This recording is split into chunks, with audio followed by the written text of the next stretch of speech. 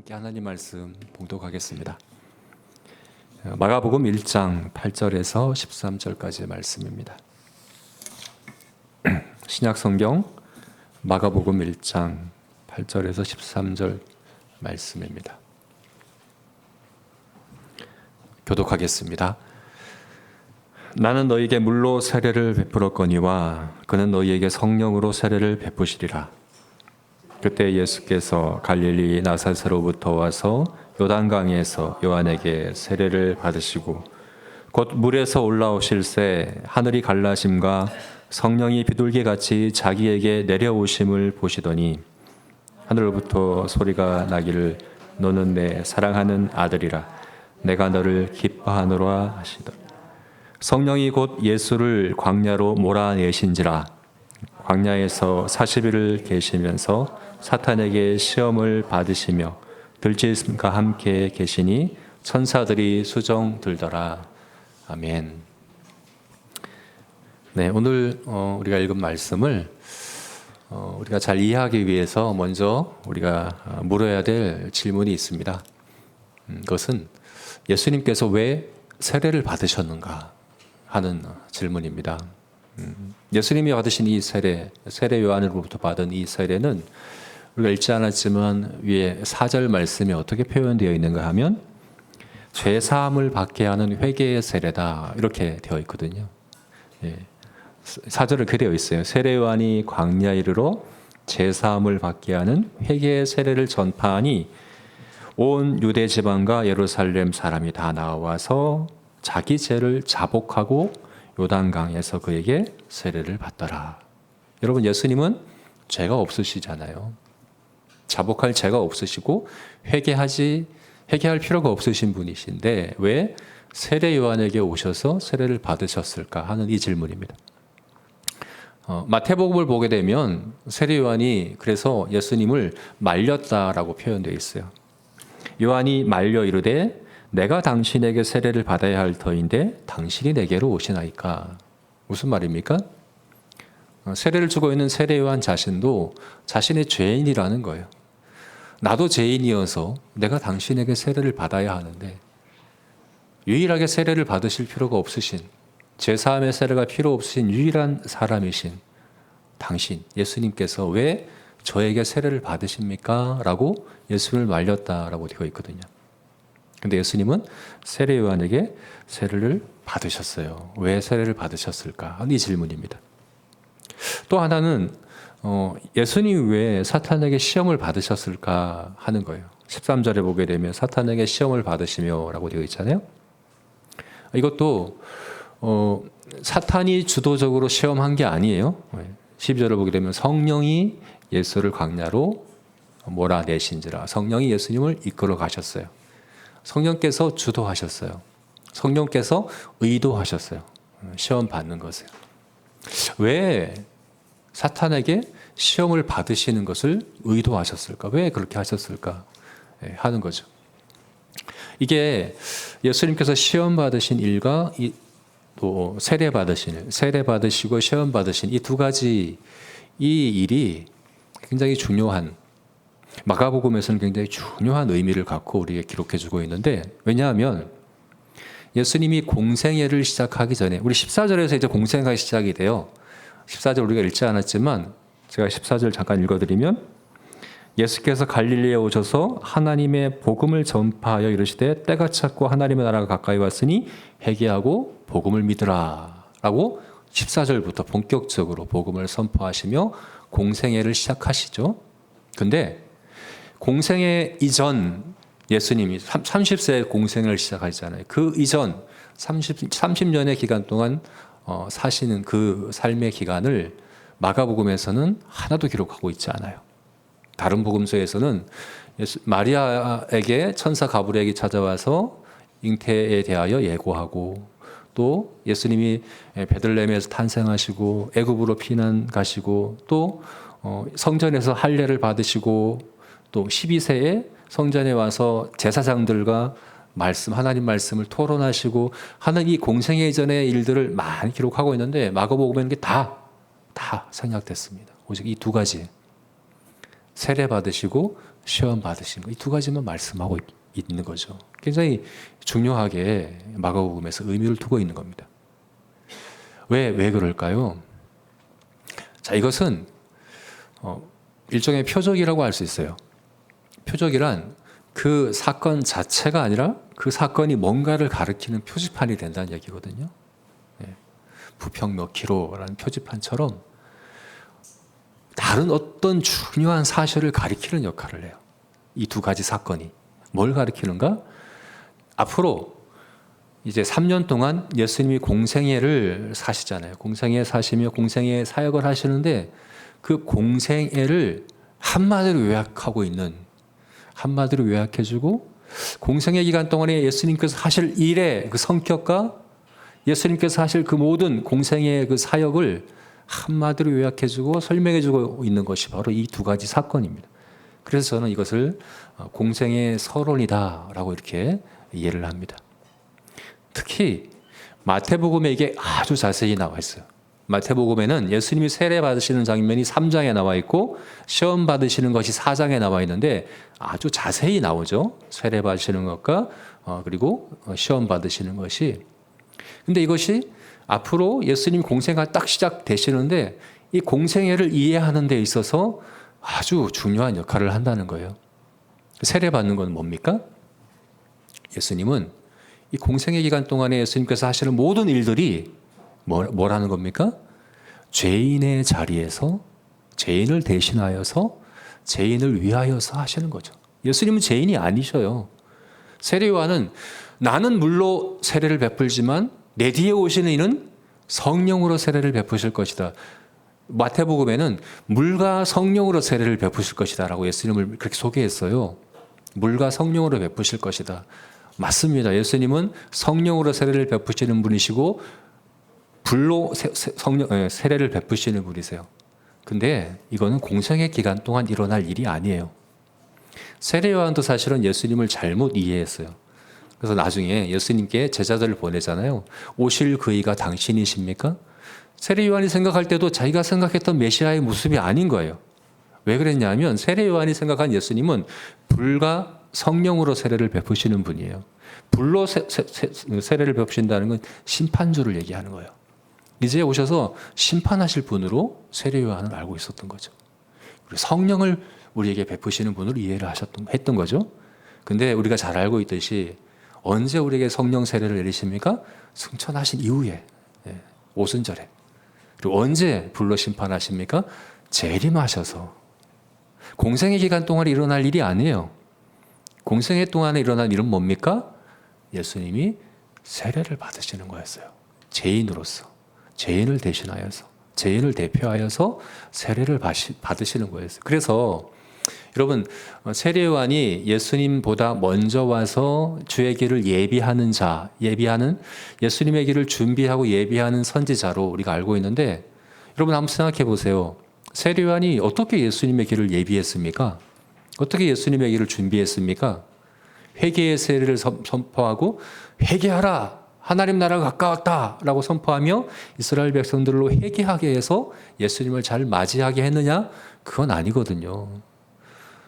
세례 요한의 이 회개의 이 세례를 통해서 이스라엘 백성들이 예수님을 잘 맞이한 게 아니에요.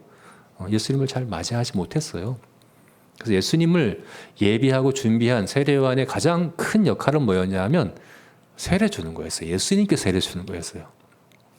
예수님께 세례를 주므로 예수님의 공생애가 앞으로 펼쳐질 예수님의 공생애가 죄인을 대신하여, 그죠? 죄인을 대표하여 죄인이 감당해야 될 모든 순종과 의로움과 또 심판을 예수님이 감당하시기 위해서 이 땅에 오셨다는 것을 세례 요한이 가장 극적으로 보여준 그것이 바로 예수님이 세례 받은 이 장면이라는 거죠. 또 두 번째 이제 시험 받으신 장면도 마찬가지입니다. 여러분, 예수님은 사실 공생애 기간 내내 사탄의 시험 가운데 지내셨잖아요. 근데 왜 굳이 이 광야에서 사탄으로부터 세 가지 시험을 왜 받으시는, 이것이 성령께서 특별히 의도하셔서 받으셨느냐? 왜 그렇게 하셨느냐? 사실 이것은 시험에 초점이 있는 게 아니라 공생의 기간, 모든 공생의 기간 동안에 공생의 모든 예수님의 생각과 말과 행동과 이 모든 것을 간통하고 있는 원칙. 여러분, 우리가 시험 받을 때 내 원칙이 드러나요. 내가 포기할 수 없고 내가 타협할 수 없는 내가 원칙, 내가 가장 중요하게 생각하는 게 시험 받을 때 딱 명확하게 드러나는데, 예수님의 이 시험을 통해서 공생애 동안 예수님이 지키시는 세 가지 원칙이 드러납니다. 하나님 말씀의 우선성.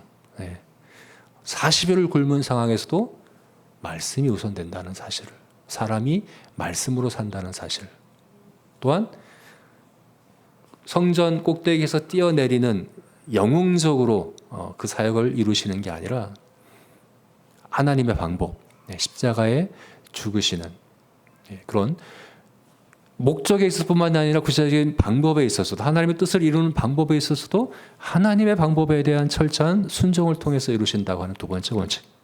세 번째는 뭡니까? 오직 하나님만 영광 받으셔야 한다는, 우리가 경배할 분은 하나님 한 분이시라고 하는 이 세 번째 원칙을 이 시험을 통해서 보여주죠.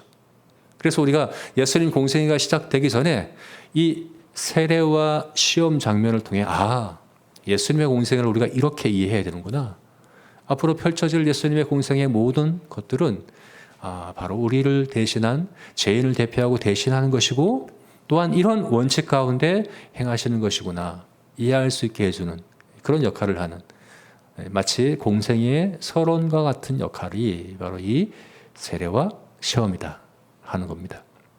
자, 그런 차원에서 오늘 우리가 읽은 이 본문이 우리 이제 총회 공과의 삼위일체 하나님에 대한 거예요. 그래서 이게 중요합니다. 삼위일체 하나님이 한 장면에, 한 사건에 동시에 나타나신 성경 본문은 오늘 본문이 유일합니다. 실제로 성부 하나님이 하늘이 갈라졌다는, 하늘을 찢으셨다는 거거든요. 음성을 들려주셨어요. 성령 하나님이 비둘기와 같이 내려오셨어요. 성자 하나님이 그 자리에 계셨어요. 그래서 성부, 성자, 성령이 한 자리 한 장면에 이렇게 자신을 나타내시고 드러내신 장면이 여기밖에 없어요. 그런데 앞에서 말씀드렸죠. 이 세례가 어떤 역할을 한다고요? 예수님 세례 받으신 것이 어떤 중요한 의미가 있다고요? 예수님의 공생의 전체를 요약해 주는, 예수님의 공생의 전체의 성격을 이야기해 주는 거예요. 그래서 이것이 왜 삼위일체 하나님이 여기에 이 장면에서, 이 사건에서 삼위일체 하나님이 다 자신을 나타내셨는가? 이게 시청각을 통해 사람이 알 수 있도록이잖아요. 듣도록, 눈으로 보도록. 삼위일체 하나님은 언제나 항상 하나시잖아요. 그죠? 항상 연합되어 계시는데 여기는 특별히 사람이 알도록, 사람이 이해하도록 삼위일체 하나님을 드러내셨어요. 왜요? 앞으로 펼쳐질 예수님의 공생애 동안에 우리의 구원이 바로 삼위 하나님의 연합과 동력 가운데 이루어지는 사실을 우리에게 알려주시고자 하는 거죠. 우리의 구원은 성자 예수님만의 사역이 아닙니다. 성부 하나님과 성령 하나님이 함께 우리의 구원을 이루시는 것이다 라는 사실을 우리에게 분명히 알려주고 있다는 사실이죠. 여러분, 이것이 우리가 삼위일체 교리를 이해하는 데 굉장히 중요합니다. 보통 삼위일체 교리 그러면 보통 두 가지로 이렇게 나눠서 봅니다. 어떻게 보냐면 존재론적 삼위일체라고 하고요. 또 하나는 경륜적 삼위일체라고 이제 신학자들이 구분을 해요. 좀 이제 어려운 용어이긴 하지만 존재론적 삼위일체, 경륜적 삼위일체. 이게 무슨 말인가 하면 이런 거예요. 존재론적 삼위일체란 하나님의 그 존재 자체, 하나님이 어떻게 존재하시느냐를 성경이 어떻게 계시하고 있냐면 성부도 하나님이시고 성자도 하나님이시고 성령도 하나님이신데 하나님은 한 분이시다라고 성경이 가르쳐주고 있죠. 그래서 우리가 이것을 종합해 볼 때 하나님은 삼위일체로 존재하신다라는 거예요. 근데 사실 이것은 신비예요. 이해할 수 없어요. 우리가 이해할 수 있는 영역이 아니에요. 그래서 이게 하나님은 사람이 만들어낸 거짓 신이 아니구나 하는 증거가 되기도 하거든요. 모순적이게도 그래요. 왜냐하면 여러분 사람이 만든 신이라고 한다면 이렇게 사람이 이해할 수 없도록 만들겠습니까? 그죠? 사람이 이해할 수 없도록 만들어낸다는 게 사람이 만들지 않았다는 증거라는 거예요. 터툴리안이 그렇게 얘기했거든요. 불합리하기 때문에 나는 믿는다. 내가 이해할 수 없기 때문에 나는 믿는다. 내가 이해할 수 있고 내가 다 이해하고 내가 다 알 수 있는 하나님이라면 그건 사람이 만들어낸 신이다. 그럼 믿을 필요도 없다. 나와 똑같은 수준인데. 근데 하나님이 우리를 만드신 하나님이시면 우리가 이해하지 못하는 게 당연하다는 거예요. 성경은 그렇게 하나님을 계시하고 있어요. 하나님의 존재를. 그래서 존재론적 삼위일체는 우리가 설명하려고 하면 안 돼요. 왜 이렇게 삼위일체를 특히 우리 아이들에게 설명하려고 할 때 우리가 그렇게 자꾸 설명하고 싶거든요. 제가 교회에서는 목사이지만 아내한테는 아버지고 남편이고 우리 아이들한테는 아버지고, 그죠? 나는 같은데 이렇게 여러 가지 역할이 달라지는 것처럼 하나님도 그러신 거야 이렇게 가르치면 그거는 양태론이라고 하는 이단입니다.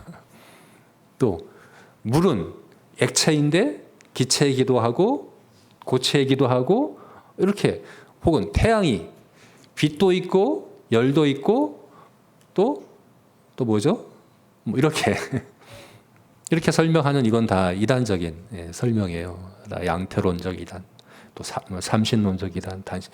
그러니까 이 기독교 이 신학이 교리가 발전되어 온 게 원래 삼위일체 이단들에 대해서 대처하면서 발전되어 왔거든요. 존재론적 삼위일체는 우리가 설명할 수 없어요. 이해할 수가 없어요.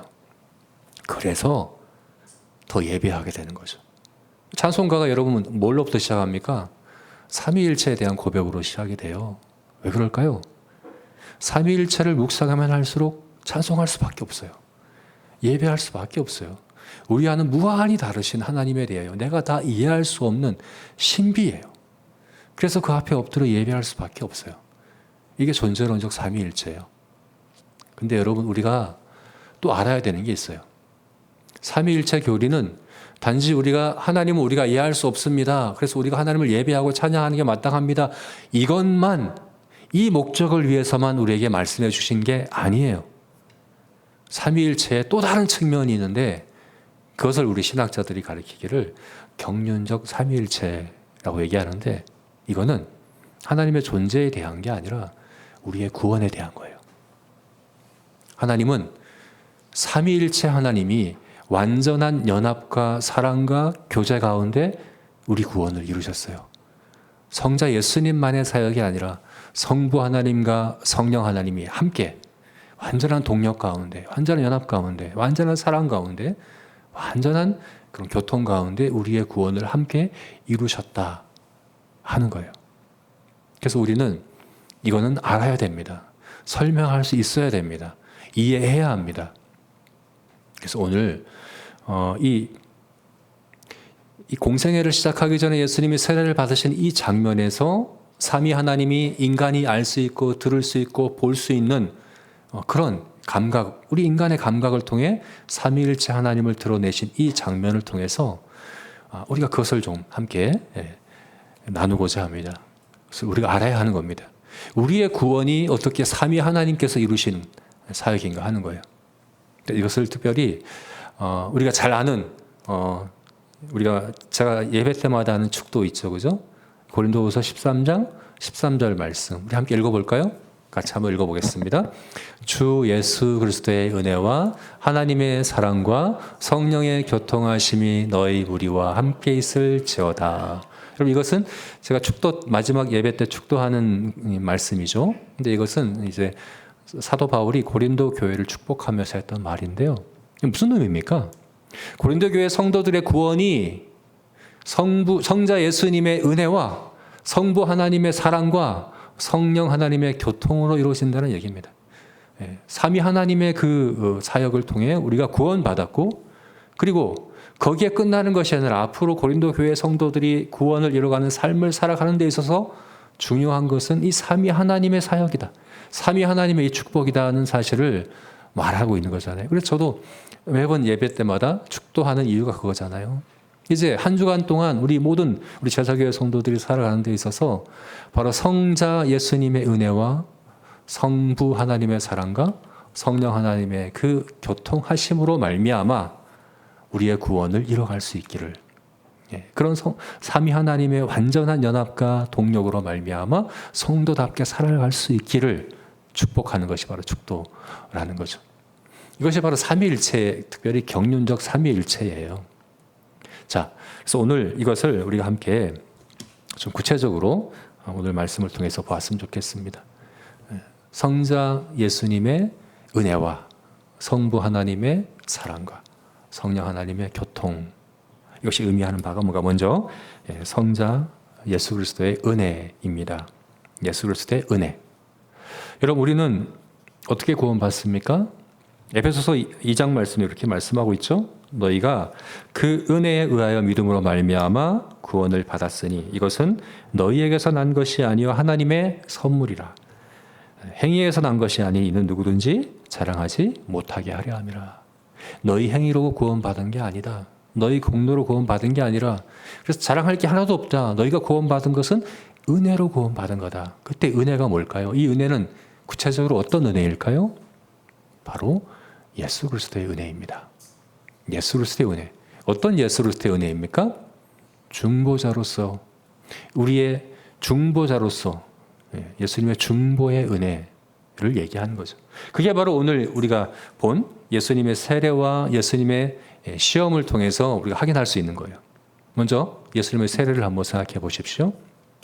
앞에서 말씀드렸듯이 예수님은 불과 성령으로 세례를 베푸시는 분이지만 그 전에 세례를 받으시기 위해 오신, 그리고 세례를 받으셨다는 사실이죠. 우리를 대신하고 우리를 대표하여서 죄인의 자리에서. 그래서 여러분, 예수님의 공생애 동안의 모든 일들이, 예수님의 공생애 동안 모든 행하신 모든 생각과 말과 행동과 이 모든 것들이 사실은 우리를 위한 일이었다는 거죠. 여러분, 우리는 어떻게 구원을 받습니까? 구원받는 건 한마디로 쉽게 얘기하면 대표가 바뀌는 거예요. 나의 대표가, 이전에 아담이 나의 대표였다가 예수 그리스도가 나의 대표가 되면, 이전에 아담의 죄가 내가 함께 책임져야 될 원죄로서, 그래서 내가 죄인이었던 것처럼 예수님이 나의 대표가 되므로 예수님이 하신 모든 순종, 예수님이 주신 모든 의로움, 예수님이 받으신 모든 죄에 대한 심판, 그것이 나에게 값없이 은혜로 전가됨으로 구원을 받는 거죠. 그죠? 그래서 우리는 어떻게 구원받았습니까? 바로 예수 그리스도의 은혜로 구원을 받은 것이다 하는 사실입니다. 우리의 행위가 아니라 오직 예수 그리스도의 은혜로 구원을 받는 이 진리가 예수님의 이 세례 장면을 통해서 분명하게 우리에게 말씀되고 있다는 거죠. 이게 바로 여러분 예수님의 중보 은혜, 중보의 은혜, 중보의 사역입니다. 완전한 사람이시며 완전한 하나님이신 예수님께서 하나님과 사람 사이에서 중보자로서 죄인을 대신한 이 모든 공생애 동안에 구속을 이루신, 이것이 바로 우리의 구원받은 방법이었다 하는 거죠. 그죠? 근데 이것만이 아니에요. 시험, 예수님의 시험에서도 예수님의 중보자로서의 은혜가 나와요. 오늘 13절 말씀을 보게 되면 다른 성경에는 없는 특별한 한 가지 표현이 나오죠. 40일을 광야에 계시면서 사탄에게 시험을 받으셨는데 뭐라고 말씀합니까? 들짐승과 함께 계시니. 그럼 들짐승과 함께 계셨다는 이 표현은 마가복음에만 있어요. 예수님 시험 받으신 이야기가 누가복음에도 나오고 마태복음에도 나오고 거기는 더 자세히 나옵니다. 세 가지 시험이 아주 구체적으로 나옵니다. 근데 이 표현은 없어요. 들짐승과 함께 계셨다라는 표현이 없습니다. 이것은 좀 특별한 거거든요.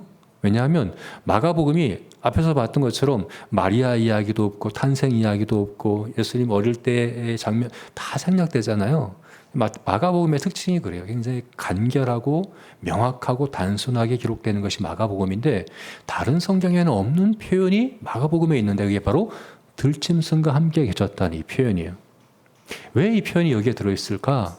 우리는 잘 이해할 수 없을 수 있습니다. 이게 왜 왜 이 다른 성경에는 없는 표현을 마가복음에는 이렇게 썼을까? 우리는 잘 이해할 수 없을 수 있습니다. 그러나 여러분 처음 마가복음을 받았던 읽었던 성도들은 바로 알았을 거예요. 왜냐하면 당시 성도들이 원형 경기장에 들짐승에게 던져지고 있던 상황이었어요. 특히 마가복음은요, 다른 복음서와 다르게 이방인을 향해서 쓰여진 성경이고, 마가는 로마에 있었다라고 알려집니다. 그런 상황이었어요. 성도들이 들짐승에게 던져지고 있는 상황이었어요. 그래서 이 표현을 통해서 말씀하고 있는 게 뭡니까? 히브리서 4장 말씀. 우리에게 있는 대제사장은 우리의 연약함을 동정하지 못하시리가 아니요 모든 일에 우리와 똑같이 시험을 받으시니로되 죄는 없으신 분이시다. 여러분, 예수님은 우리의 대제사장이십니다. 우리의 중보자십니다. 그런데 어떤 중보자십니까? 우리와 똑같이 시험을 받으셔서 우리 연약함을 이해하시는데 머리로만이 아니라 실제로 경험하여서 이해하시는, 동정하시는, 체휼하시는 그런 분이 예수님이다 하는 겁니다. 여러분, 예수님의 중보 사역은 공생애 동안만 있었던 게 아닙니다. 지금도 완전한 대제사장으로 하나님 보좌 우편에서 우리를 위하여 중보하고 계십니다. 그런데 그 중보자이신 예수님은 우리의 모든 상황을 아십니다. 우리 연약함을 이해하십니다. 그래서 가장 정확하게 그리고 가장 온전하게 우리를 중보하실 수 있는 분이 바로 예수님입니다. 그 은혜로 우리가 살고 있는 겁니다. 여러분, 성도는 은혜로 사는 자들입니다. 로마서의 표현에 의하면 은혜가 왕노릇하는 삶이다라고 되어 있죠. 정확히는 은혜가 다스리는 영역 안으로 들어갔다라는 표현이에요. 이전에는 사망이 왕노릇했어요. 그래서 사실은 여기서 일어나는 모든 일들이 오히려 성공하고 돈도 벌고 건강하고 하는 모든 좋은 일들도 사실은 사망이 왕노릇하는 가운데 이루어졌기 때문에 다 저주예요. 그런데 은혜가 왕노릇하는 영역 안에 들어가면 여기서 일어나는 모든 일들은 때로는 슬픈 일도 있고 아픈 일도 있고 또 괴로운 일도 있지만 그 모든 일들이 은혜인 거예요. 은혜가 왕노릇하는 영역 안에서 일어나기 때문에 이게 성도의 삶이라는 겁니다. 우리는 은혜로 구원받았고 은혜로 살아가고 있습니다. 여러분, 우리가 먹고 마시고 자고 일어나고 일하고 모든 것들은 은혜 안에서 이루어지는 일이라는 사실을 우리가 믿어야 합니다. 이것이 바로 그리스도 안에서 성경이 계속해서 이야기하고 있는 그리스도 안에서 다른 말로 하면 은혜 안에서입니다. 은혜 안에서. 여러분, 이것이 바로 우리가 우리의 구원을 이해할 때 반드시 이해해야 하는 것입니다. 우리는 은혜 안에 살아가는 자들입니다. 그러므로 여러분, 은혜 안에서 말하십시오. 은혜 안에서 일하십시오. 은혜 안에서 먹고 마시고 은혜 안에서 예배하고 은혜 안에서 모든 일들을 행하는 필요를 따라 때를 따라 도우시는 그 은혜의 보좌에 나아감으로 항상 그 은혜를 힘입어서 살아가는, 우리가 하는 그 어떤 간구도 하나님께서 그 은혜로 말미암아 다 들으신다는 사실을 확신하시고, 우리가 하는 어떤 작은 수고도 하나님께 무가치한 게 아니라 하나님이 기이 여기시고 기뻐하시는, 주 안에서 그 어떤 것 헛된 것이 없도록 하시는 것은 바로 예수 그리스도의 은혜로 말미암았다는 사실을 기억하심으로 늘 은혜 안에 살아가는 저와 여러분이 되시기를 주의 이름으로 축원합니다. 두 번째는 하나님의 사랑입니다. 하나님의 사랑이 제가 축도할 때 하는 그 하나님의 사랑, 성부 하나님의 사랑. 오늘 본문에서는 성부 하나님의 사랑이 어떻게 표현되어 있습니까? 오늘 본문에 보면 11절에 그렇게 나오죠. 하늘로부터 소리가 나기를 너는 내 사랑하는 아들이라 내가 너를 기뻐하노라 하시니라. 이게 성부 하나님의 음성이라는 것을 어떻게 알 수 있습니까? 성자 예수님을 향해서 내 아들이라 라고 말씀하고 있기 때문이죠. 이게 성부 하나님의 음성이에요. 10절 말씀에서는 하늘이 갈라짐과 이렇게 아까 말씀드린 것처럼 문자적인 표현이 하늘을 찢으셨다는 거예요. 예수님이 십자가에서 죽으실 때 성전 휘장이 위에서부터 아래로 찢어졌다, 가려졌다 할 때 그 표현이거든요. 하늘을 찢으셨어요. 하늘을 찢으시고 하나님께서 말씀해 주셨어요. 너는 내 사랑하는 아들이다. 내가 너를 기뻐한다. 성부 하나님의 성자 하나님을 향한 고백인 거죠. 네. 우리가 삼위일체 하나님, 아까 이제 얘기했던 존재론적 삼위일체, 성부, 성자, 성령 하나님이 영원 전부터 삼위일체로 계시면서 누리시던 삼위 하나님 간의 그런 사랑, 삼위 하나님 간의 그런 연합, 삼위 하나님 간의 그런 기쁨이 어떤 건지 우리가 감히 상상도 할 수 없죠. 그런데 그 한 장면을 엿볼 수 있는 한 장면이 바로 여기 나와 있는 거예요.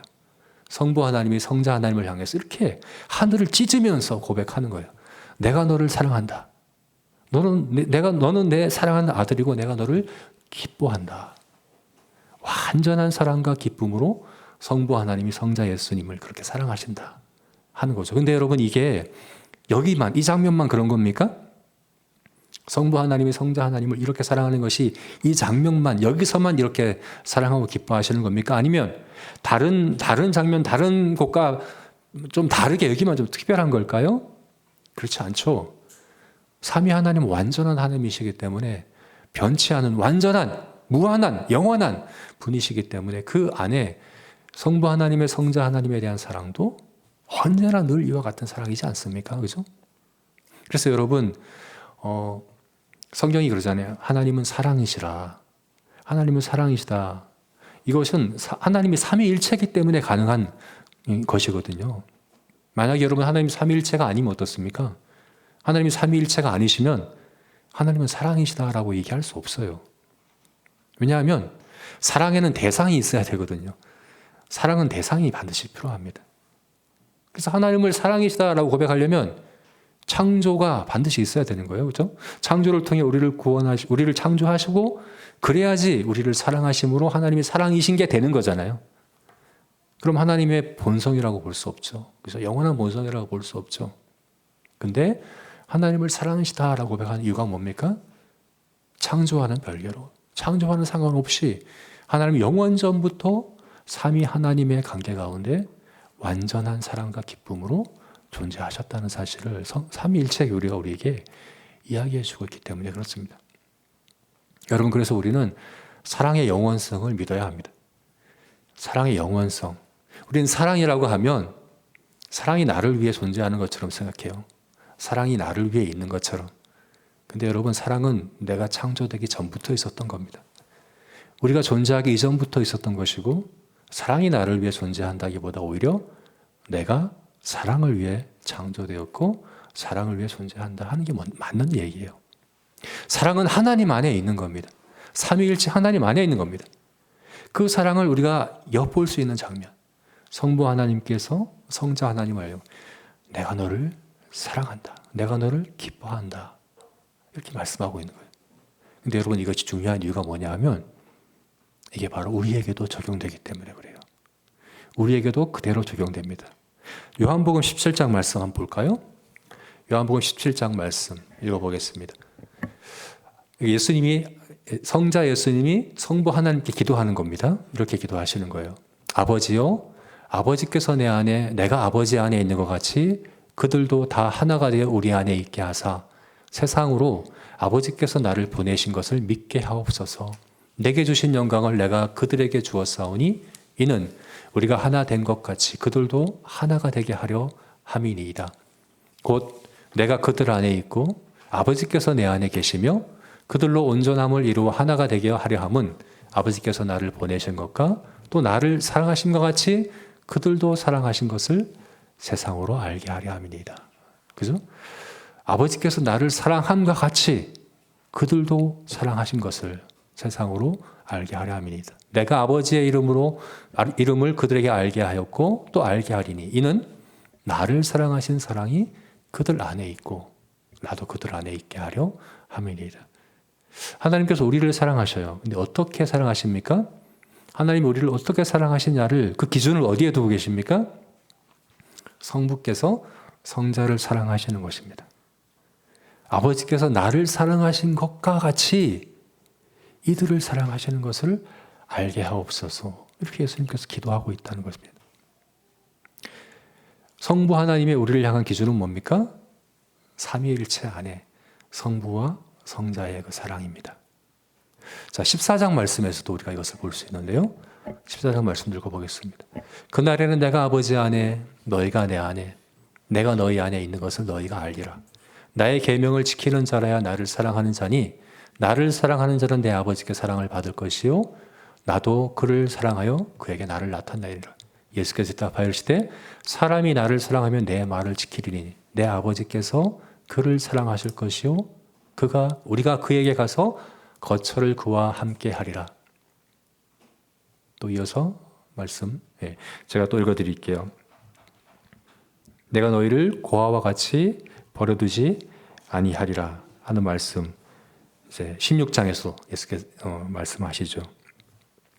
거듭거듭 말씀하셔요. 예수님께서 내가 너희 안에 너희가 내 안에 아버지께서 내 안에 내가 아버지 안에 계신 것 같이 아버지께서 나를 사랑한 것 같이 너희도 사랑하게 합니다. 여러분 성령이 우리 안에 거하십니다. 아버지의 영이시고 아들의 영이신 성령이 우리 안에 거하십니다. 이 의미하는 바가 뭡니까? 아버지께서 나를 사랑하신 것 같이 너희를 사랑하시는 것을 알게 하시고자 또 성자 예수님께서 성부 하나님을 사랑하신 것 같이 우리도 하나님을 그렇게 사랑하게 하시고자 그렇게 성령께서 우리 안에 거하신다라고 이야기하는 거죠. 여러분 그래서 우리가 우리의 구원을 이해할 때 단지 그냥 이 땅에서 우리가 어려울 때 하나님이 도와주시고 우리에게 평안을 주시고 이 땅에서 잘 지낼 수 있도록 하시는 그 정도로만 이해하시면 안 되고 또 장차 천국에 가서 지옥이 아니라 천국에 가서 영생을 누릴 수 있도록 그렇게 하시는 그 정도로만 이해하시면 안 돼요. 우리의 구원은 성삼위 하나님의 그 사랑으로 참여케 하는 겁니다. 여러분 우리가 하나님을 그렇게 사랑하도록 우리를 부르신 것이 바로 우리의 구원이다. 이렇게 이해를 해야 한다는 겁니다. 어느 정도요? 삼위 하나님의 그 완전한 사랑과 기쁨입니다.